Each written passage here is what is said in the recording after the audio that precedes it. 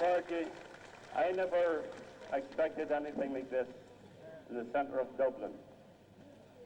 And it gives me great heartening that we are getting such support down here for the cause of Irish freedom. For 70 years, through war and peace, Joe Cahill has been an icon of the Republican movement. Joe Cahill was an Irish Republican from the tip of his toes to the baldness of his head. He just oozed the separatist tradition. Well, he was an activist, essentially, a person who got things done.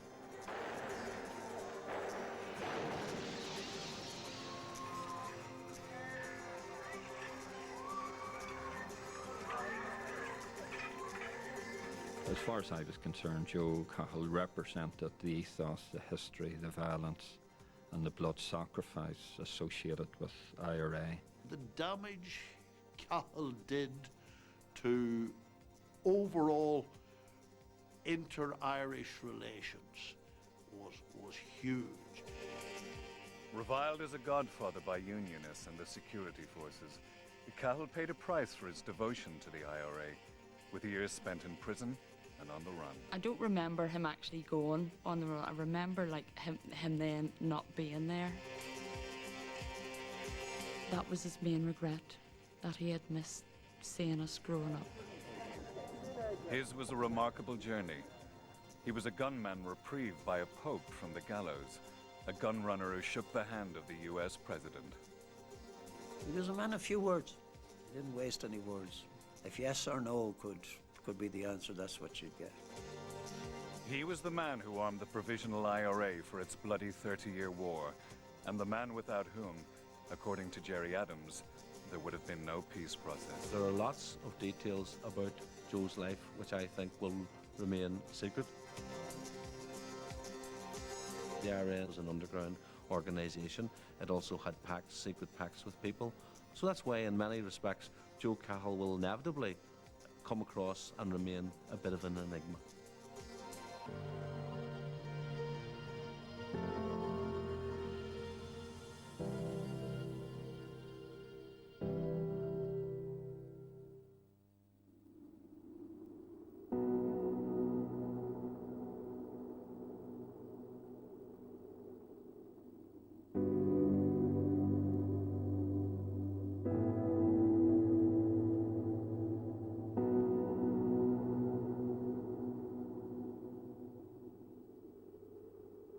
Joe Cahill claimed that he was born in a united Ireland and wanted to die in a united Ireland. The oldest son in a Republican family from the working-class streets of West Belfast, he dedicated his life to the struggle to achieve that goal. His story is the story of the IRA from the 20th to the 21st centuries. Joe Cahill was born in Belfast in 1920, and so he was born into an Ireland that was not partitioned. But he was born into an Ireland which did have profound political and social and religious divisions already, and so he was born into a place where a conflict was, if you like, waiting to happen, although formally Ireland hadn't been partitioned at the time of his birth.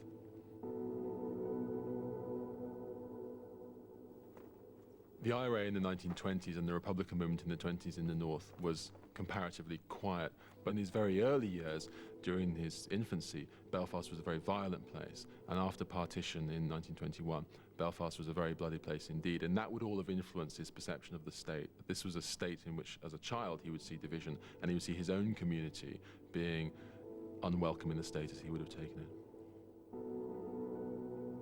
Dismissing De Valera's Dáil, the IRA saw itself as the true government of Ireland, proclaimed during the Easter Rising. In the name of 1916, young men and women joined the IRA in Belfast with one aim: to force the British out.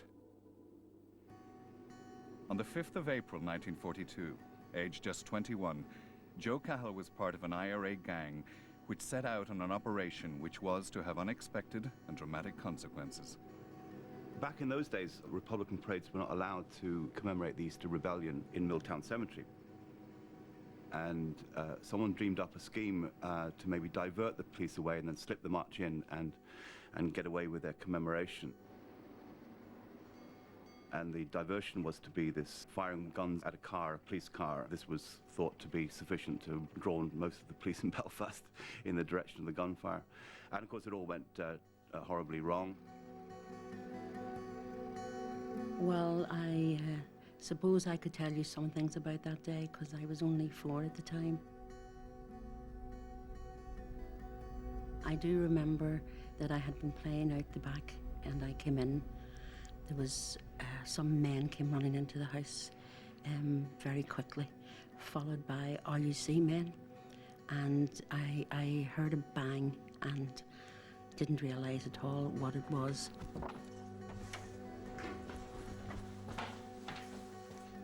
This party of 6 volunteers were retreating to a particular house. I think it was Conpore Street. But that the RUC were quickly on their heels. Forced to abandon its getaway plan, the gang, led by 18-year-old Tom Williams, bundled into a safe house. They were pursued by the RUC patrol, which included Constable Patrick Murphy, a local Catholic man known to the gang. We were ordered to go up the stairs. Joe Cahill done the ordering, and he ordered us upstairs. I'm not sure, but I always thought that Paddy Murphy fired the first shot. Tom was wounded twice. He was wounded in the arm and the leg. And Paddy Murphy was shot dead.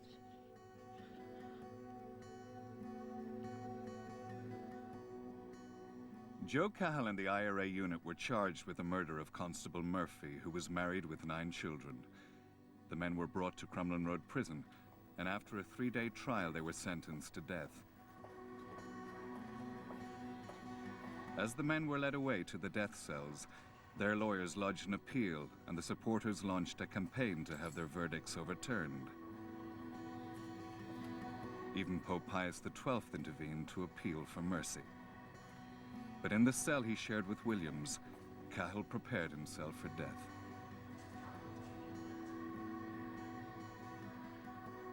Belfast was a sectarian tinderbox ready to explode. Then, with just days to go, Cahill and 4 of his comrades were dramatically reprieved. Tom Williams was to hang. I came up to the 5 were reprieved, and Tom was left. Tom was left to go.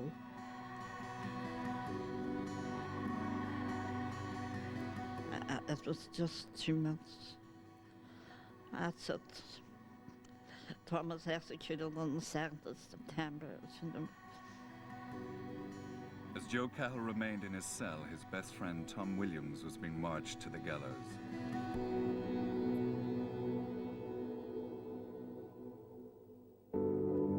Williams' execution was to have a huge impact on both Joe Cahill and the Republican movement. Well, first of all, it gave the IRA a martyr, a modern martyr, Tom Williams, whose body was then buried in the grounds of Crumlin Road Jail. But also they had, in the shape of the people who had survived, you know, ready-made heroes, one of whom, Joe Cahill, as we know, went on to bigger things in the IRA. So I think historically you would look back at that and say to the current leadership of the IRA and Sinn Féin, there was a double bonus from 1942. There was, first of all, the creation of a martyr, and also the creation of someone who would be very useful to invoke the memory of Tom Williams when it came to certain strategic changes later on. The execution of anyone is an awful thing. The execution of a young man is something which has more sharp poignancy to it. And for the Republican community, the killing of this young patriot, as they would have seen it, was a very moving and powerful experience. And if you like, it intensifies the nationalism of a movement which is sympathetic to such figures. It's something which can act as a rallying point, and it's something which can intensify Republican sympathy and can energize further Republican activity in the future. Reprieved from the gallows himself, Cahill would serve 7 years in jail, emerging in 1949 into an IRA which was riven with splits, directionless and largely inactive. He played no part in its inept border campaign of 1956, but was interned once again, making the long walk along the tunnel from Crumlin Road's court to its prison cells. The IRA he rejoined on his release in 1962 was disorganized and demoralized. It was also about to depart in a direction which was anathema to Cahill. During the 1960s, the IRA Chief of Staff, Cahill Goulding, tried to lead the organization away from the traditional physical force, military-style operations, which had been seen to fail between 56 and 62, and to move them instead towards a newer, more socially left-wing orientation. Goulding was a bohemian radical and quite at home amongst intellectuals. Joe Cahill was much less bohemian and much less intellectual. Cahill held that really you couldn't concentrate on social change until you got Britain out of Ireland. Cahill held that the IRA should have a defensive role for figures in the north, for the community of Catholics in the north, and that therefore an attention to militarism and attention to guns was important. The movement started analysing and reanalyzing its situation, which by 65 veered into a move towards constitutional politics. He felt that this would end up in an acceptance of British rule, and that it would strengthen British rule and weaken the movement. Now, sometime around that time, Joe Cahill left the movement. Disillusioned and isolated within the IRA, Joe Cahill had resigned from the movement at a time when friction was mounting between the IRA's southern command and activists north of the border. The Goulding leadership was Dublin-based, and in a sense, the realities of northern sectarian culture and of being in the British state, which Cahill and others were experiencing, made the Goulding shift look in some ways rather luxurious. It was the sort of thing that someone who was Dublin-based, who was theorising about social movements, could engage in. But for those who felt, from their perspective, that they were in occupied Ireland, that they were living in British Ireland and so forth, and they were in an embattled community, for those people, the kind of left-wing debates that were engaged in by the Dublin leadership seemed rather luxurious and something of a distraction. Any person who wishes to parade or hold a meeting is quite at liberty to do so, provided he holds... Although the IRA was among the groups involved in setting it up, the civil rights movement held little appeal for hardline Republicans like Joe Cahill. To Cahill's uncompromising mind, there could be no justice for Irish citizens under British rule. Civil rights would never free Ireland.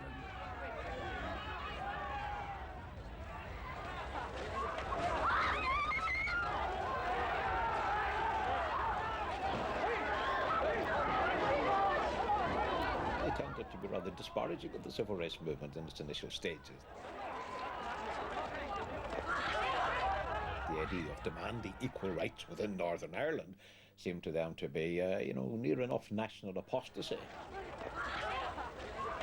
At the time, the Republicans who came to the fore were in the first instance just people who were out for more militant tactic than anybody else. I mean, who were more willing to consider the possibility of gunplay, who were, and who saw, and who would say explicitly that sooner or later this is going to come to war, therefore we've got to get guns, and if it's going to come to war, the IRA is the answer.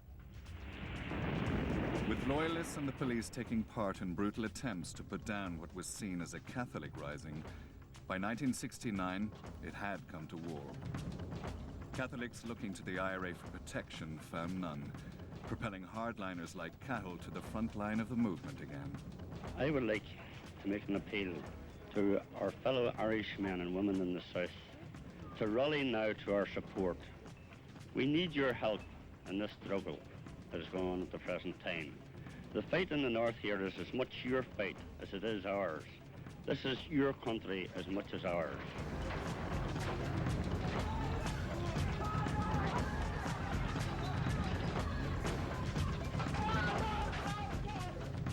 Joe Cahill would not be someone who you would regard as a political sophisticate, but certainly he would be well aware that the bulk of people that he knew in the Republican movement in Belfast were very angry at the IRA leadership in Dublin. The cry went out, where were the guns? IRA equals I ran away. A great deal of anger at the fact that the IRA had not fulfilled its basic duty in Belfast as they saw it, which was to defend their own people. The people in the opposition side, they are supplied with the guns from the B specials. Were they using guns? They were using guns. We hadn't a gun at all. And we were left holding the baby all the time for to fight ourselves. No defence of any kind except stones on what we had, not what we could find in the streets. This was a profound humiliation for both the IRA and Joe Cahill. The man who had once stood at the gallows was called a traitor and spat at by angry Catholics. In the summer of 1969, there was a crisis in Irish republicanism. Many Republicans in the North felt annoyed with the Dublin leadership of the IRA, who had shown themselves entirely unprepared to deal with the sectarian conflict that had emerged. In that setting, a small group of people, the nucleus of what was to become the Provisional IRA, met in Belfast to discuss their dissatisfaction with the leadership and with the people whom the Dublin leadership had in power in Belfast, and effectively staged a kind of coup. When the IRA set up at the end of 1969, Cahill is on the First Army Council, the body that runs the IRA, and he is a key figure in the organisation at that time. So in that sense, Cahill's re-emergence as an IRA man really can be dated to the emergence of the Provisionals in mid to late 1969. I'm not surprised that Cahill went with the Provisionals rather than with the Golding Group. It was the McSteefoin Group, the Provos, who emphasised defence of communities in Belfast and who led the criticism of the Golding Group for having failed to defend, particularly the Falls Road, but and the Short Strand and other areas. So I think that in Belfast, unlike in places in the south of Ireland, my memory of it is that the arguments which surrounded the split between officials and provosts had to do with who did what on the ground at the time of great danger for the Catholic community in the north. It didn't really have to do with fundamental principles. The IRA was once again speaking a language Cahill understood, the language of physical force. Courageous people of Derry, we must not compromise, and everyone must face up to their responsibilities and face up to their task and finish this fight once and for all, so that never again will the best of our young people have to endure imprisonment, torture and death in attempts to free their country. A strong, determined stand now is essential to defeat the British, who of course are playing the age-old imperialistic game of divide and conquer. By the early 1970s, sectarian violence, along with the Provisionals' new military offensive, had rocked the Northern Ireland state to its foundations. By August 1971, 34 people had been killed in the conflict. In a desperate attempt to stamp out the IRA, the government introduced draconian security measures. Curfew will be reimposed in 11 minutes' time. If you are on the streets in 11 minutes' time, you'll be liable to arrest. I have decided, after weighing all the relevant considerations, including the views of the security authorities, and after consultation with Her Majesty's government, to exercise, where necessary, the powers of detention and internment vested in me as Minister of Home Affairs. But internment backfired for the Stormont government. Instead of defeating the Provisionals, it antagonized many Catholics, convincing them that unionism could not be peacefully reformed, and driving them into the ranks of the IRA.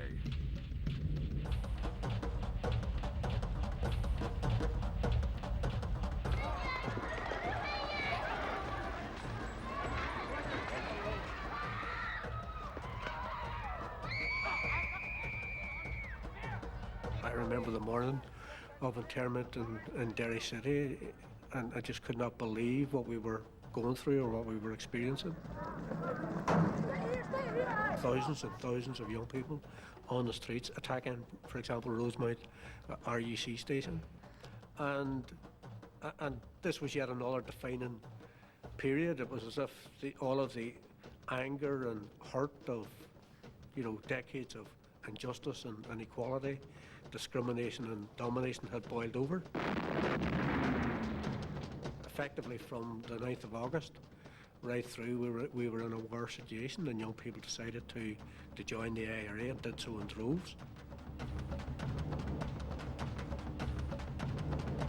In its initial form, it involved swoops on Republican sympathisers as it was perceived by the authorities. In fact, many of the people who were lifted were not particularly involved at all.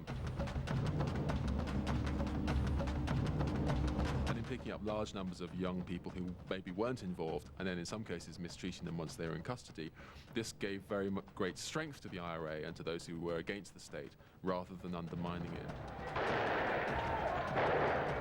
And a reflection of this is that in the wake of internment, Joe Cahill appears at a press conference, and in the wake of the supposed undermining of republicanism, here is this man turning up publicly saying, actually, we've got plenty of guns, we've got plenty of soldiers, and we're doing fine. At this press conference in a West Belfast school, Joe Cahill was sensationally introduced as officer in command of the Belfast Brigade of the Provisional IRA. For Republicans, it was Cahill's finest hour. Obviously, the battle of the British Army hasn't been won. The losses in the IRA have been very slight, even in internment. Well, it was very embarrassing, and what they were doing was indicating to the government, and with ease, that internment actually had failed, and that most of the IRA activists that were actually operating on the ground had not been arrested. How many men of the provisionals and the IRA proper lost during the last week? We have lost 30 men arrested, 2 killed and 8 wounded. It was a huge slap in the face, given that the British Army was actually patrolling on the White Rock Road outside and didn't even know that this press conference was happening. So it was a spectacular publicity stunt, engineered, I believe, by Adams, but in which Joe Cahill was the starring figure. We had prior warning of this roundup. Consequently, we took the necessary precautions that there was nobody sleeping in their own homes or anything like that. This signalled not only was the IRA alive and well, not only had the arrogance of the British been punctured, but that Republican Ireland had survived the heaviest punch the British could deliver and was coming back to punish the British for their arrogance and for the depredation they had done on us with internment. You mean that they haven't even got near the leaders at all? They haven't, no. Well, I believe that press conference had a huge impact, because, I've often said this, since the foundation of the Northern State right through to the civil rights protests, effectively our people were told to turn the other cheek. They were on their knees, and being on your knees was the place for you to be. Joe Cahill, given that press conference, inspired people to get up off their knees. What's going to happen to you now? You've given this, attended this press conference. Well, I'll have to go deeper underground. I'll have to go deeper underground. The fact that he left Northern Ireland after that was an indication that, as far as I'm concerned, that he was being propelled as public enemy #1, and it would have been a big coup for the security forces to catch him.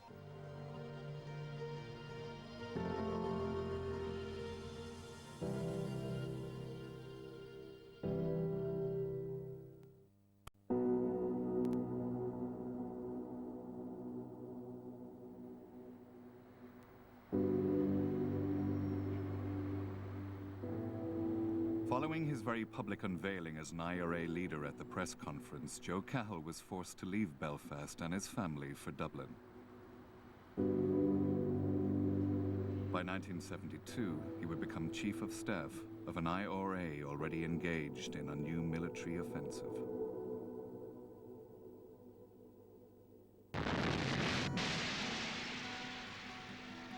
It's 3:20 in the afternoon, and for the last 20 minutes, Belfast has been rocked by the biggest bombing offensive seen in the city this year. At this moment behind me, fires are raging in several buildings. In the early 1970s, the levels of violence in Northern Ireland were appallingly high. In 1972, the IRA killed 235 people. And during this period, Joe Cahill was one of the leading IRA figures and was supportive of and enthusiastic about the struggle which produced such violence. His attitude to armed struggle, I suppose, like other Republicans' attitude to armed struggle, Republicans who were involved in Sinn Féin, was that it was justified. Now, most of the victims of IRA violence were actually civilian. And most of the victims of the IRA violence, whether it be killing or maiming people, were people who really were not in any serious sense justifiable targets. But at that time, people like Joe Cahill would have justified the violence. As he put it at one point, we have met violence with violence, because he felt that it was essential. Britain has declared war on us through modelling and general refusal, and we'll accept the challenge. They declared war. They stated that it's war, not us. These people were people who were in charge of a campaign which had consciously set out to make war on the British state with a political objective in mind. And they viewed casualties, whether military or civilian, as part of the inevitable consequence of an armed campaign. Joe Cahill believed they were morally entitled to eliminate or hurt any person or any interest that stood in their way. This wasn't to shake the British establishment from an economic point of view. This was literally terror. Joe would always acknowledge that in situations where civilians had lost their lives as a result of IRA actions, that was, well, first and foremost a terrible tragedy, but also not something which enhanced the reputation of the IRA as a very professional guerrilla army. Despite the escalation of both violence and civilian casualties, not everybody was repelled. In fact, the IRA had impressed one of Britain's traditional enemies, Colonel Gaddafi of Libya, as an effective guerrilla army deserving of support. We believe the cause of Ireland is a just cause. Because we believe Ireland is Ireland and Britain is Britain, and the existence of Britain in the north of Ireland is the existence of colonization. By now, Cahill was no longer chief of staff, but had found a new role as the IRA's international ambassador. His main concern was raising money and sourcing guns. The aim of the game, quite clearly, is to provide the IRA with as much weaponry and as much money, which is as important to the IRA as they possibly can. And Cahill's there when all this is happening. Gaddafi had an antipathy to the British and saw Ireland and the struggle in the north as part of a national liberation struggle that was going on around the world. Well, it's certainly my view that the type and quality and quantity of the weapons that were coming into the country as a result of Joe's work at that time would have been a huge boost to the IRA. But Joe Cahill's gun running suffered a dramatic setback on the 28th of March 1973. The Irish Navy intercepted a cargo ship, the Claudia, en route from Libya. The fourth day of the naval search of the waters off Helvick Head, where the arrest of the Claudia was made on Wednesday night. On board, Gardaí found 5 tons of weapons, and Joe Cahill. A Dublin court charged him with gun running, and not for the first time, Cahill found himself behind prison bars, this time leaving a wife and young family on the outside.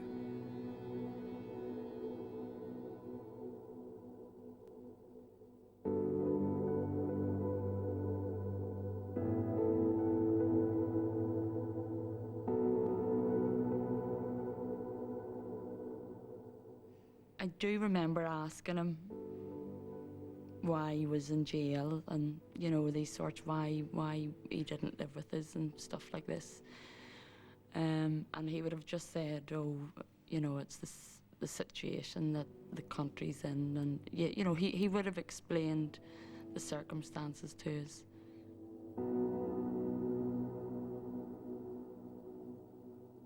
visits to the jail, where I hated every moment. I would have brought the children with me.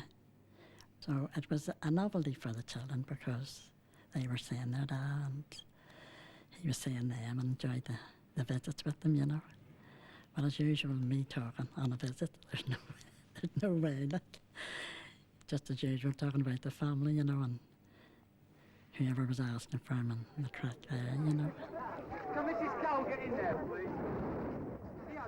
Following Cahill's release from his 3-year sentence, he was met by his family and friends. But as a lifelong Republican activist, his family life was anything but normal. With Cahill, everything, the struggle came first, whether as a member of an active member of the IRA or whether as a senior member of Sinn Féin, the struggle came first. He was always he had warned his wife right from the beginning. He had warned Annie right from the beginning that that's the way it would be. The struggle claimed another 12 lives in the Le Mans Hotel bombing atrocity in 1978. All the dead were Protestants. By now, the Republican movement was finding it increasingly difficult to justify its campaign.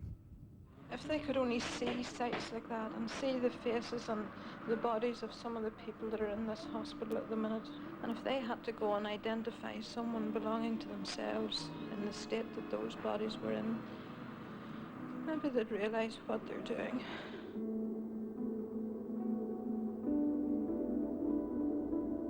By 1976, 1977, the IRA were in serious trouble in their conflict with the British state, and indeed there was a certain confidence on the part of the British state that the IRA were being squeezed to a point at which they might be beaten. That may exaggerate the problems they had, but the IRA undoubtedly were having difficulty in continuing their mobilization and their momentum and their activities. The thing that saved them was the prison war of 1976 to 1981. The prisoners' dirty protests and hunger strikes for political status allowed the IRA to breathe new life into the Republican cause, recasting the IRA as victims of British intransigence and of the British Prime Minister, Margaret Thatcher. Maggie Thatcher goes to hell! Well, you know, Joe would have been very conscious of the sacrifices that prisoners were making within Longcash and in Armagh. And Joe, I think, had a very strong view about Margaret Thatcher and where Margaret Thatcher was coming from.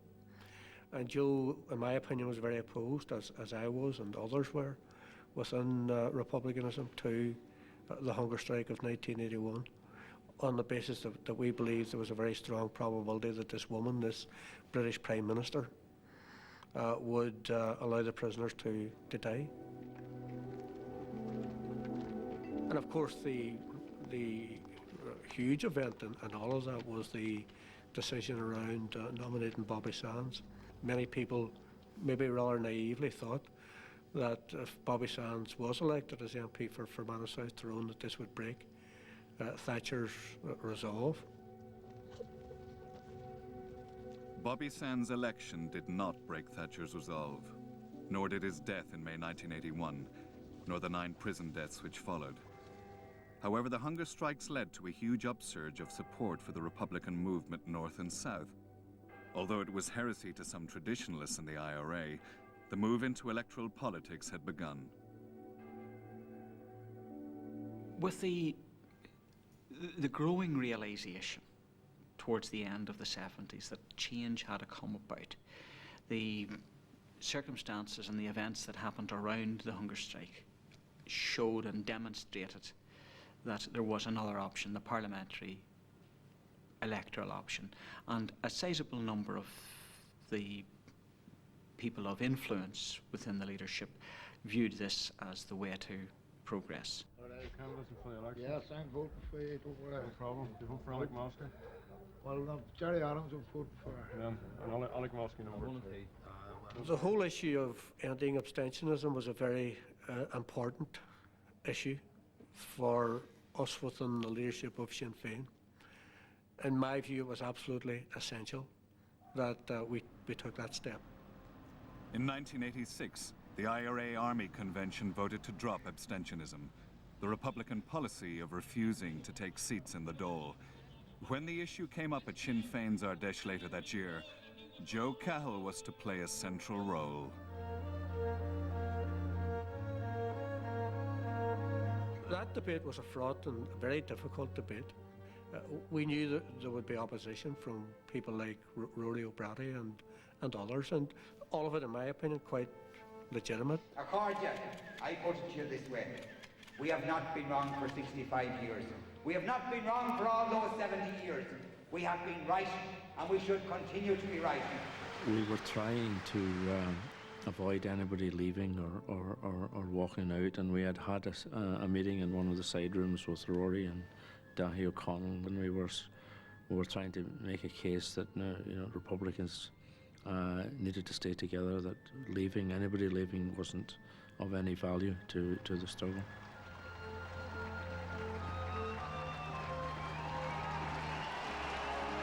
My memory was that I made the formal proposal and John Joe McGill seconded it, but Joe Cahill made a powerful, solid contribution to the debate. The dedication and commitment which brought me to the foot of the scaffold in 1942. It's the same in my heart today as it was then, and will be. Joe was arguing that a new way had to be found, that if you like, the battlefield had to be extended. But effectively what Joe was saying was that it didn't mean an end to physical force republicanism. It was a reassurance to the IRA that things were not going to follow the same trajectory as had been followed by the official IRA. The only thing that has changed as far as I'm concerned is age is against me, and I can't be in the field with the freedom fighters today because of that. The key contribution that Joe Cahill made, and he knew he was making,